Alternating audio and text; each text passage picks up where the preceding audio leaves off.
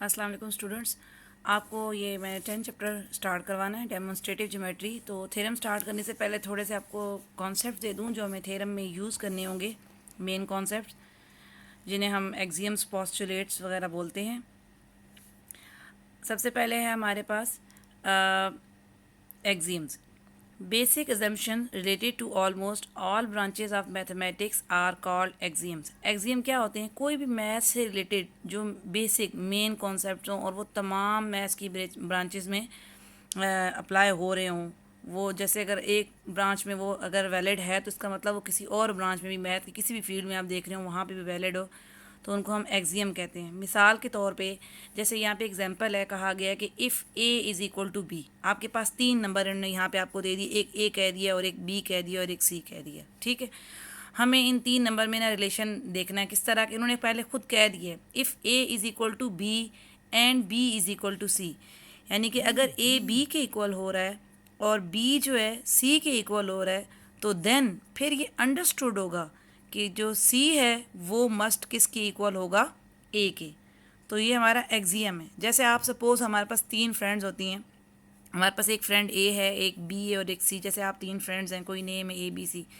अगर ए जो है वो बी की फ्रेंड है और बी जो है वो सी की फ्रेंड है, तो ऑब्वियसली जो ये थर्ड वाली होगी सी, डेफिनेटली वो इस किसकी फ्रेंड होगी, वो ए की भी फ्रेंड होगी।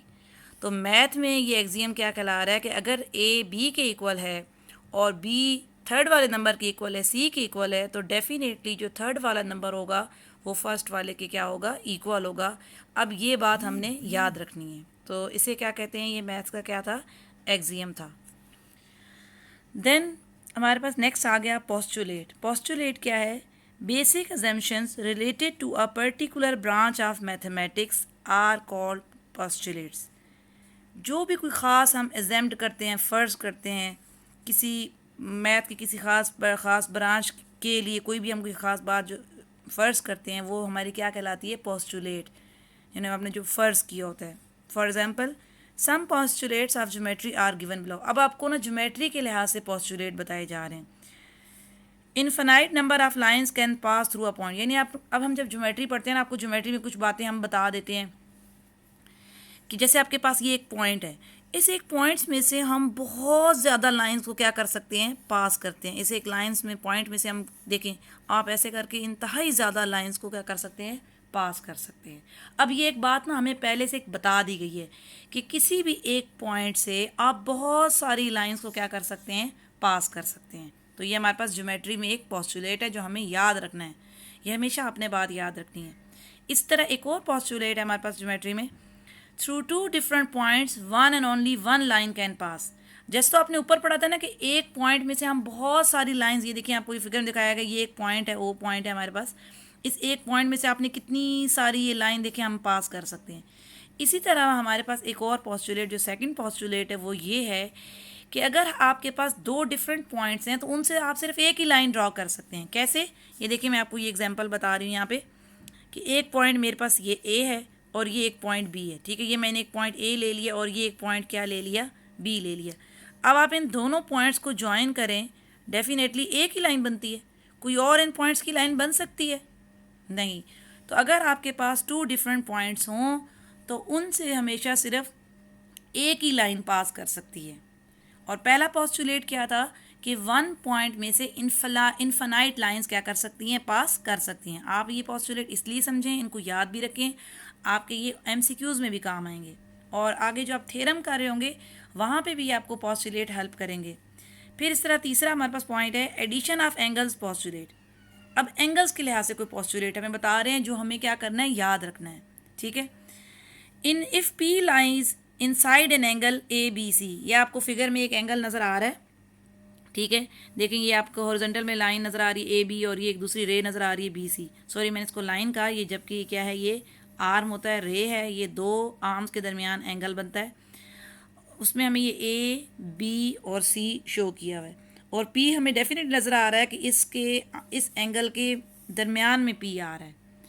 अब हमें कहा गया है if P lies inside an angle A B C, कि अगर पी जो है ये एंगल ए बी सी के अंदर हमें नज़र आ रहा है ना, लाई कर रहा है, तो फिर क्या पूछना चाह रहे हैं वो, then measurement angle A B P plus measurement angle A B P, ये कौन सा पोर्शन है, ए बी पी, ये इतना पोर्शन, ये वाला, ठीक है, ये इतना पोर्शन, ये किसको शो कर रहा है, ये शो कर रहा है ए बी पी। अच्छा, हम ये नाम बच्चों कैसे लेते हैं, हमेशा नाम लिखने का ऐसा तरीका होता है कि ये जो कॉर्नर है ना, ये हमेशा मिड में आना चाहिए। जैसे बी है ना, तो मैंने अपने बी को मिड में रखा है, मैं इसको ए बी पी भी कह सकती हूँ और पी बी ए भी कह सकती हूँ। बहरहाल हमने इसको ऐसे नाम ले लिया ए बी पी। एक ये हमारे पास एंगल बन रहा है और एक ये ऊपर ये भी बन रहा है, इसका नाम हम कैसे लेंगे, इसको हम ऐसे बोल लेंगे सी बी पी, या फिर हम इसको यूं भी बोल सकते थे पी बी सी। आप इसका नाम यूं भी पढ़ सकते थे, एंगल पी बी सी, या आप इसको ऐसे भी पढ़ सकते थे, एंगल सी बी पी। हमारे पास एक ये बड़ा एंगल आ रहा था, एंगल ए बी सी। आपको नज़र आया कि इसमें से एक ये पी लाइन जा रही थी, ये हमने आर्म एक ड्रा किया था, तो इसकी वजह से इसने इन दो को काट दिया और दो अंदर एंगल बन गए। एक एंगल बन गया हमारे पास ए बी पी, और दूसरा ये एंगल कौन सा बना है, ये बना है पी बी सी। ये दो एंगल बने हैं। अब वो कह रहे हैं कि अगर आपका ये जो पी है ये अगर दरमियान में आ रहा है इस एंगल ए बी सी के, तो फिर इस पी की वजह से इस बड़े एंगल को जब वो दो पीसेस में कट करेगा तो उन दोनों पीसेस का सम इस बड़े एंगल के इक्वल होगा। अब हमने कौन से दो स्मॉल एंगल बनाए, एक हमने एंगल बनाया एंगल ए बी पी, इस एंगल को, और दूसरा पीस कौन सा बनाया हमने, ये वाला एंगल पी बी सी या सी बी पी जो भी कह दें। इन दोनों पीसेस को जब हमने क्या किया, प्लस किया, तो हमारे पास कौन सा एंगल आ गया, बड़ा एंगल आ गया। कौन सा बड़ा एंगल आ गया, ए बी सी। आप इस कॉन्सेप्ट को इसलिए समझें कि आगे हम जितने थ्योरम यूज़ कर रहे होंगे वहाँ थ्योरम में हम इस तरह का ये पॉइंट अप्लाई करेंगे, और वहाँ फिर आपको ये बार बार चीज़ नहीं बताई जाएगी, आपको यही वाला पॉइंट माइंड में रखना होगा कि अच्छा हमने ये पीछे मैथ्स के हमने बेसिक अजम्पशंस पढ़ी थी, मैथ्स के कुछ एक्सियम थे, पोस्टुलेट्स थे, कि वहाँ कहा गया था कि अगर आपके पास एक एंगल ए बी सी हो और उसमें पी अगर इनसाइड आ रहा हो, उस पी की वजह से जो दो एंगल बनते हैं उन दो एंगल का सम इस बड़े वाले एंगल के सम के क्या होगा, इक्वल होगा।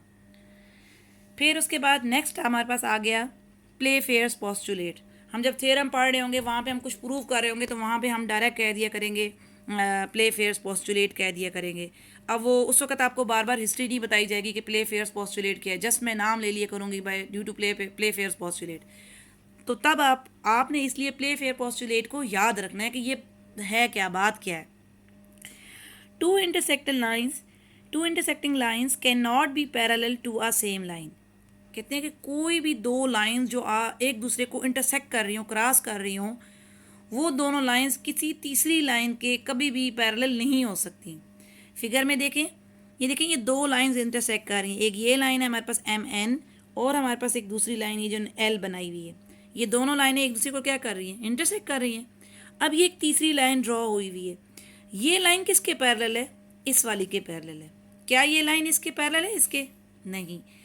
ऐसा कभी भी नहीं हो सकता कि दो लाइन एक दूसरे को ऐसे क्रॉस कर रही हों और कोई तीसरी जो लाइन हो वो एक ही वक्त में इसके पैरेलल भी हो रही हो और दूसरे के पैरेलल भी हो रही हो, तो ये कभी भी पॉसिबल नहीं हो सकता।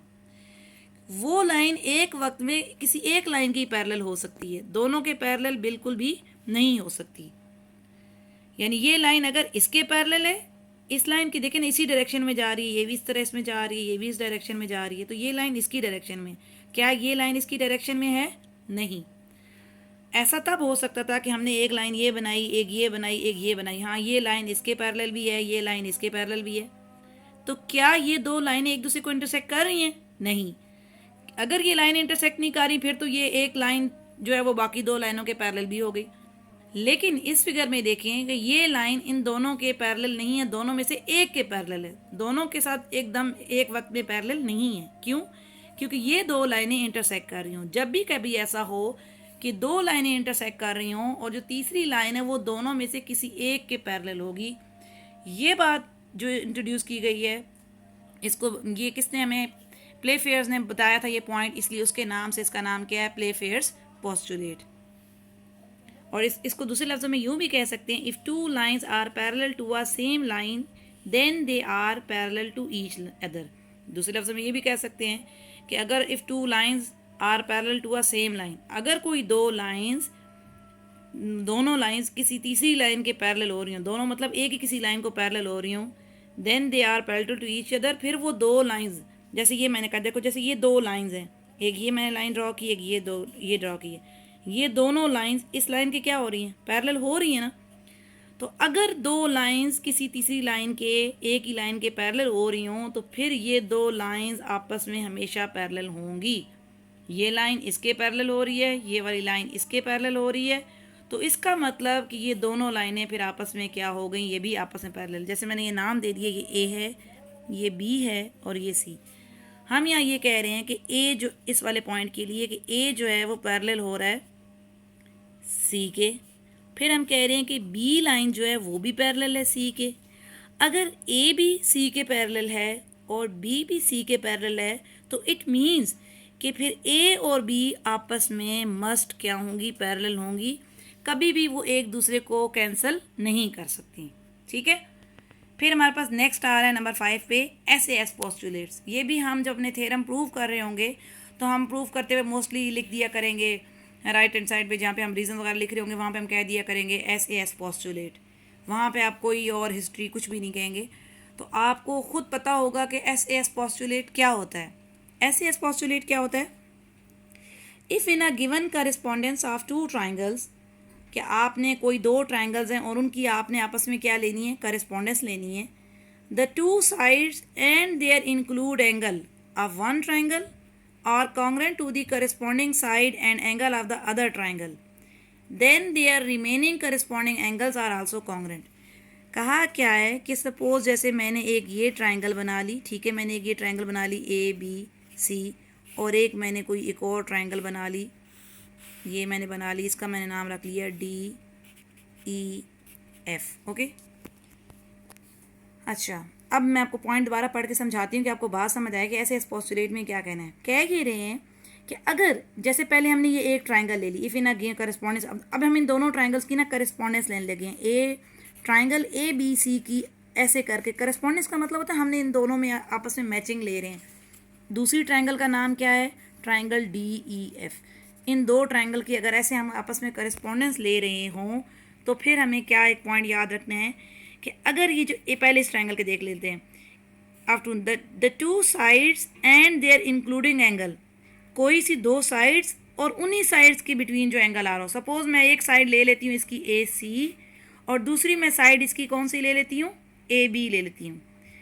जो दो साइड्स लूँगी उन्हीं के अंदर जो एंगल बन रहा होगा। अब आप देखें AC और AB, इनके इंक्लूड एंगल कौन सा आ रहा है? ये एंगल A आ रहा है। ठीक है। पहले आपने एक ट्राइंगल के अंदर कोई दो साइड्स लेनी है, जो भी दो साइड्स ले लें। मैंने AB और AC ले ली, आप ऐसे भी कर सकते थे, AB और BC भी ले सकते थे, AC और CB भी ले सकते थे। अगर आप ऐसे ले लेते, AC और CB लेते, तो फिर इंक्लूडेड एंगल कौन सा था? डेफिनेटली C था। बहरहाल अभी फ़िलहाल मैं क्या ले रही हूँ, एक मैं साइड AC ले रही हूँ और एक साइड में कौन सी ले रही हूँ, AB ले रही हूँ। ये मैं दो साइड्स ले रही हूँ क्योंकि उन्होंने कहा टू साइड्स, और फिर उन्हीं के दरमियान जो उन एंगल्स का जो एंगल, उन साइड्स का जो एंगल बन रहा होगा। इस वक्त यहाँ पे एंगल कौन सा बन रहा है? A बन रहा है। अगर किसी एक ट्राइंगल की दो साइड्स और उनका इंक्लूडेड एंगल वो क्या हो रहा हो, कॉन्ग्रेंट हो रहा हो, किसके? दूसरी वाली ट्राइंगल्स के दो साइड्स और एक एंगल के। लेकिन दूसरी साइड्स की भी आपने जो दूसरी ट्राइंगल की जो साइड्स लेनी है वो भी आपने इसी तरह किस तरह लेनी है, करस्पॉन्डिंग लेनी है। मीन अगर आपने इसकी इस तरफ से ये साइड ली है AC, तो इधर से इसकी कौन सी साइड लेंगी? DE। मीन इसकी साइड AC को आपने कॉन्ग्रेंट कहना है किसके? DE के। कि अगर इसकी साइड AC कॉन्ग्रेंट है तो इसकी साइड कौन सी कॉन्ग्रेंट है? DE कॉन्ग्रेंट है। इधर से आपने इसकी साइड कौन सी ली थी? AB ली थी। तो इस ट्राइंगल की कौन सी साइड लेंगे? DF लेंगे। अब इन दोनों साइड्स में कौन सा एंगल आपने लिया था? इंक्लूडेड एंगल कौन सा था? Angle A। यहाँ पे इंक्लूडेड एंगल कौन सा है? Angle D। अब आपको ये पॉइंट समझ आया कि उन्होंने कहा कि अगर आपने if in a given correspondence, आपको करस्पॉन्डेंस दे दी, उन्होंने कह दिया कि AC साइड कॉन्ग्रेंट है DE के, AB साइड कॉन्ग्रेंट है DF के, और इधर इन दो साइड्स के अंदर एंगल कौन सा था? एंगल A, वो कॉन्ग्रेंट है। यहाँ पे इन दो साइड्स में कौन सा एंगल है? एंगल D के। एंगल A जो है वो कॉन्ग्रेंट है एंगल D के। ठीक है। अगर आपको ये करस्पॉन्डेंस दे दी जाए दो ट्राइंगल्स में, ठीक है, then the remaining corresponding angles are also congruent, तो फिर इसका मतलब है कि जो बाकी एंगल्स हैं वो भी इन ट्राइंगल्स के क्या हो जाएंगे, आपस में कॉन्ग्रेंट हो जाएंगे। यानी हमें फिर ये, अगर आपको ये इतनी सी इन्होंने पहले ये चीज़ बता दी ना कि ये कॉन्ग्रेंट है इसके और ये साइड कॉन्ग्रेंट है इसके, फिर इनका इंक्लूडेड एंगल भी अगर कॉन्ग्रेंट हो रहा है, तो फिर आपने अंडरस्टूड ये बात रख लेनी है माइंड में कि इसका मतलब है कि इन ट्राइंगल्स के जो बाकी एंगल है, जैसे इसका एक एंगल सी और इसका बी है, इसका एंगल ई और एंगल एफ है, तो फिर ये एंगल भी आपस में कॉन्ग्रेंट हो जाएंगे। क्योंकि हमने ये चीज़ अगर प्रूव कर ली कि ये कॉन्ग्रेंट हैं, तो फिर अंडरस्टूड हो जाएगा कि ये जो बाकी इन दोनों ट्राइंगल्स के एंगल होंगे वो भी आपस में क्या हो जाएंगे, कॉन्ग्रेंट हो जाएगा। यानी सी कॉन्ग्रेंट हो जाएगा ई के और बी कॉन्ग्रेंट हो जाएगा एफ के। ठीक है, तो ये क्या था हमारे पास, SAS पोस्टुलेट।